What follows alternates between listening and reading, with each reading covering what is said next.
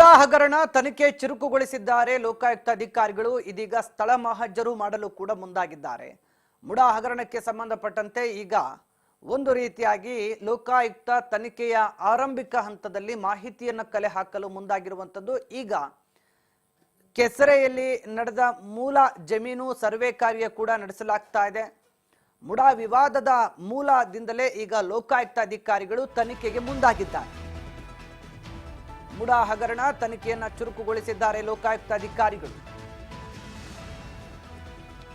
ಕೆಸರೆಯಲ್ಲಿ ನಡೆದಂತ ಮೂಲ ಜಮೀನು ಸರ್ವೆ ಕಾರ್ಯ, ಕೆಸರೆಯಲ್ಲಿದ್ದಂತ ಭೂಮಿಯನ್ನ ನಾವು ಸರ್ಕಾರ ವಶಪಡಿಸಿಕೊಂಡಿತ್ತು, ಅದನ್ನ ಡಿನೋಟಿಫೈ ಮಾಡಿತ್ತು. ಹೀಗಾಗಿ ನಮಗೆ ಬೇರೆ ಜಾಗದಲ್ಲಿ ಸರ್ಕಾರ ಆ ಆಸ್ತಿಯನ್ನ ಕೊಟ್ಟಿದೆ ಅಂತ ಹೇಳಿದ್ರಲ್ಲ. ಈಗ ಕೆಸರೆ ಗ್ರಾಮದಲ್ಲಿ ಇದ್ದಂತ ಆ ಜಾಗದ ಸರ್ವೆಗೆ ಲೋಕಾಯುಕ್ತ ಅಧಿಕಾರಿಗಳು ಮುಂದಾಗಿದ್ದಾರೆ. ಸತತ 6.5 ಗಂಟೆಗಳ ಕಾಲ ಲೋಕ ತಂಡದಿಂದ ಕೆಸರೆ ಗ್ರಾಮದಲ್ಲಿ ಸರ್ವೆ ಕಾರ್ಯ ನಡೀತಾ ಇದೆ. ಮೈಸೂರು ಲೋಕಾಯುಕ್ತ ಪೊಲೀಸರಿಂದ ಸ್ಥಳ ಮಹಜರು ಮಾಡಲಾಗಿದೆ. ದೂರುದಾರ ಸ್ನೇಹಮಯಿ ಕೃಷ್ಣ ಜೊತೆ ಸ್ಥಳಕ್ಕೆ ತೆರಳಿರುವಂತ ಅಧಿಕಾರಿಗಳು ಈಗ ಸದ್ಯ ಸ್ಥಳ ಮಹಜರು ಮಾಡಲು ಮುಂದಾಗಿದ್ದಾರೆ. ಸರ್ವೆ ಕಾರ್ಯವನ್ನು ನಡೆಸ್ತಾ ಇದ್ದಾರೆ. ಎಲ್ಲಿ ಎಷ್ಟು ಆಸ್ತಿ ಇದೆ, ಯಾವ ಸರ್ವೆ ನಂಬರ್ನ ಆಸ್ತಿ ಮುಡಾ ವಶ ಆಗಿದೆ, ಮುಡಾದಿಂದ ಈಗ ಅದಕ್ಕೆ ಪರ್ಯಾಯ ಆಸ್ತಿಯನ್ನು ಎಲ್ಲಿ ಕೊಡಲಾಗಿದೆ,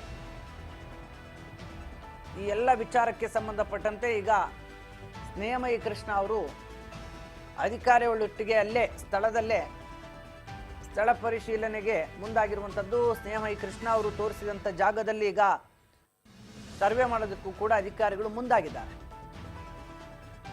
ಯಾವ ಜಾಗವನ್ನ ಸರ್ಕಾರ ಡಿನೋಟಿಫೈ ಮಾಡಿತ್ತು, ಸ್ವಾಧೀನಪಡಿಸ್ಕೊಂಡಿತ್ತು, ಯಾವ ಜಾಗದಲ್ಲಿ ಈಗ ಭೂಮಿಯನ್ನು ಕೊಡಲಾಗಿದೆ, ಸದ್ಯಕ್ಕಂತೂ ಅಧಿಕಾರಿಗಳು ಪ್ರಕರಣದ ತನಿಖೆಗೆ ಮುಂದಾಗಿದ್ದು ತನಿಖೆಯನ್ನ ಈಗ ಮೂಲದಿಂದಲೇ ಆರಂಭ ಮಾಡಿದ್ದಾರೆ.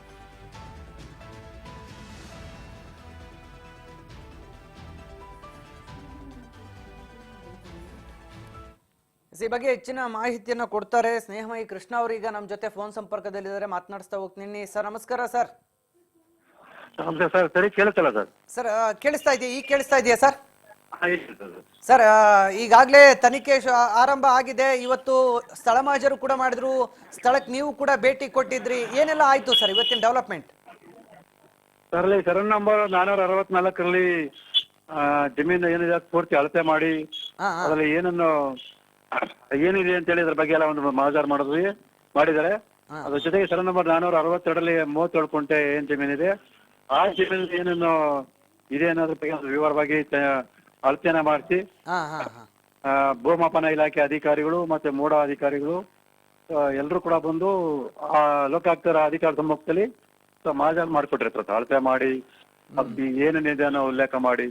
ಸರ್ ಈಗ ಕೆಸರೆ ಗ್ರಾಮದಲ್ಲಿ ಸರ್ 3 ಎಕರೆ ಅದೇನೋ ಸಮ್ ಗುಂಟೆ ಇದೆಯಲ್ಲ, ಆ ಆಸ್ತಿ ಸರ್ಕಾರ ಸ್ವಾಧೀನಪಡಿಸ್ಕೊಂಡಿತ್ತಲ್ಲ ಮುಡಾ, ಆ ಜಾಗನ ಈಗ ಫೈಂಡ್ ಔಟ್ ಮಾಡಾಯ್ತಾ ಸರ್? ಆ ಜಾಗ ಸಿಗ್ತಾ ಎಲ್ಲಿ ಸ್ವಾಧೀನ ಆಗಿದೆ ಅಂತ? ಖಂಡಿತ ಸರ್. ನಾವು ಏನು ಆರೋಪ ಮಾಡಿದ್ವಿ, ಇವರು ನಿವೇಶನ ಅಥವಾ ಜಮೀನ್ ಖರೀದಿ ಮಾಡಿದ್ರು ಅಂತ ಹೇಳಿದ್ರೆ ಅದಕ್ಕಿಂತ ಮುಂಚೆನೆ ಮೈಸೂರು ನಗರ ಅಭಿವೃದ್ಧಿ ರಸ್ತೆ ಒಳಚರಂಡಿ ಉದ್ಯಾನವನ ನಿವೇಶನ ರಚನೆ ಆಗಿತ್ತು ಅಂತ ಏನ್ ಹೇಳಿದ್ವಿ, ಅದು ನಿಜ ಅನ್ನೋದು ಇವತ್ತು ಸಾಬೀತಾಗಿದೆ. ಮಹಜಾರ್ ಮೂಲಕ ಸಾಬೀತಾಗಿದೆ.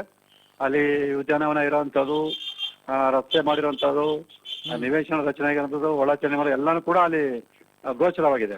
ಸದ್ಯಕ್ಕೆ ನೀವೇನ್ ದೂರ್ ಕೊಟ್ಟಿದ್ರಿ ಅದು ಆರಂಭಿಕ ಹಂತದಲ್ಲಿ, ಇವಾಗ ದೂರಲ್ಲಿ ಏನಿತ್ತು ಅದೇ ರೀತಿಯಾಗಿ ಅಲ್ಲಿ ಸ್ಥಳ ಮಹಜರು ಸಂದರ್ಭದಲ್ಲಿ ತನಿಖಾಧಿಕಾರಿಗಳಿಗೆ ಕಂಡು ಬಂದಿದೆ.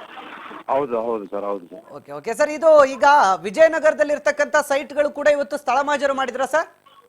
ಇಲ್ಲ ಸರ್, ಇವತ್ತು ಮಾಡಕ್ಕಾಗಲ್ಲ, ಸಮಯ ಆಯ್ತು ಅಂತೇಳಿ ಇವತ್ತು ಮಾಡಿಲ್ಲ, ನಾಳಿದ್ದು ಮಾಡೋಣ ಅಂತ ಹೇಳಿದ್ದಾರೆ ಸರ್. ಮತ್ತೊಂದು, ಈಗಾಗಲೇ ಸಿದ್ದರಾಮಯ್ಯನವರ ಪತ್ನಿ ಪಾರ್ವತಮ್ಮನವರು ಸದ್ಯಕ್ಕೆ ಮುಡಾ ಸೈಟ್ಗಳನ್ನೆಲ್ಲ ನಾನು ವಾಪಸ್ ಕೊಡ್ತೀನಿ, 14 ಸೈಟ್ಗಳ ಕ್ರಯಪತ್ರವನ್ನು ಹಿಂದಿರುಗಿಸ್ತೀನಿ ಅಂತ ಹಿಂದಿರುಗಿಸಿದ್ದಾರೆ.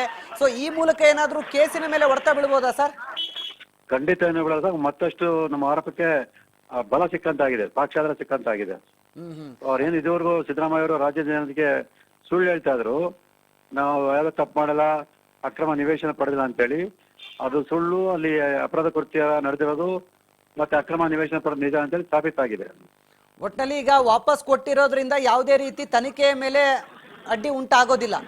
ಖಂಡಿತ ಅಲ್ಲ. ಆ ಕಾರಣದಿಂದ ಇವತ್ತು ಏನು ಮಾಜ ಪ್ರಕ್ರಿಯೆ ನಡಿಬೇಕಿತ್ತು ಅದು ನಡೆದಿದೆ ಸರ್. ಎಸ್ ಸರ್, ಕಂಪ್ಲೀಟ್ ಆಗಿ ಇವಾಗ ನೀವೇನು ಆರೋಪ ಮಾಡಿದ್ರಿ ಅದೇ ಆರೋಪದ ಅಂಶಗಳನ್ನ ಇಟ್ಕೊಂಡೇ ತನಿಖಾಧಿಕಾರಿಗಳು ತನಿಖೆ ನಡೆಸ್ತಾ ಇದ್ದಾರಾ? ಹೌದು ಸರ್. ನಿಮ್ ಕಡೆಯಿಂದ ಅದೇ ರೀತಿ ದಾಖಲೆಗಳು ಕೂಡ ಕಲೆ ಹಾಕಿದ್ರ ಸರ್ ಆಗ್ಲೇ? ಸರ್ ನಿಮ್ಮ ಹತ್ರ ಇದ್ದಂತ ದಾಖಲೆಗಳನ್ನ ಕೂಡ ಅವರು ವಶಪಡಿಸ್ಕೊಂಡ್ರ ಅಂತ? ಇಲ್ಲ ಸರ್, ನಾನು ಆಗ್ಲೇ ದೂರ ಜೊತೆ ದಾಖಲಾತಿ ಕೊಟ್ಟಿದ್ದೀನಿ. ಹ್ಮ್ ಹ್ಮ್ ನನ್ನ ಹತ್ರ ದಾಖಲಾತಿ ವಶಪಡಿಸ್ಕೊಳ್ಳೋದು ಏನಿಲ್ಲ ಸರ್. ತಾಲೂಕು ಆಫೀಸ್